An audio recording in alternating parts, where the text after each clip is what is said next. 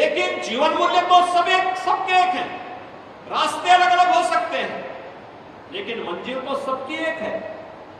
और वो मंजिल कहीं से जाती है तो इन्हीं महापुरुषों के जीवन मूल्यों से प्रेरणा प्राप्त करने का रास्ता निकलता है।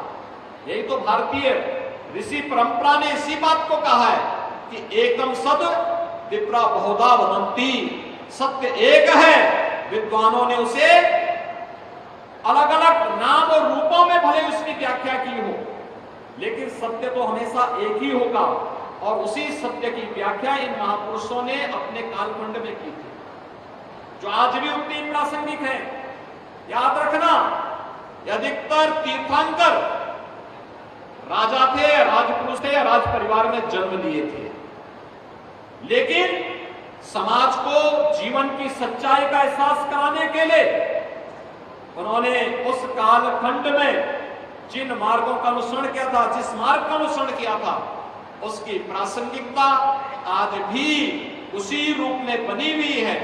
और इसलिए सबसे पहला कार्य तीर्थंकर महावीर विश्वविद्यालय में अध्ययन कर रहे, शोध कर रहे सभी छात्र छात्राओं के लिए आवश्यक है कि वह उस मार्ग का अनुसरण करते हुए इन महापुरुषों के बारे में जाने और उन महापुरुषों के जीवन आदर्शों से प्रेरणा प्राप्त करके अपने जीवन को और भी उत्कृष्ट बनाने की दिशा में प्रयास प्रारंभ करें।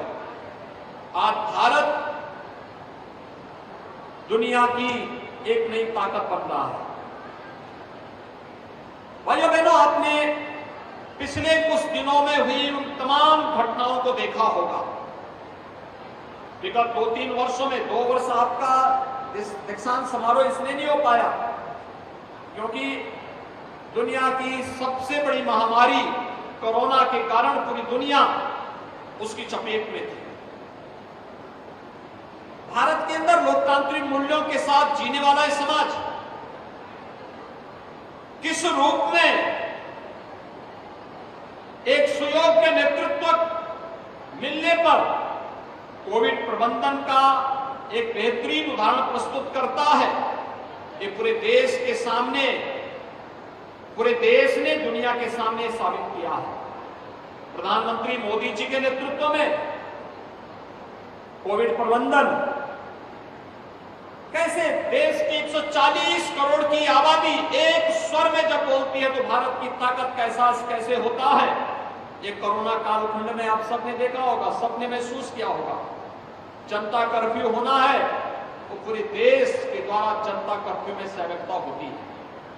प्रधानमंत्री जी ने कहा कि जान है जहान है, पूरा देश लॉकडाउन के साथ उनकी अपील के साथ जुड़ गया।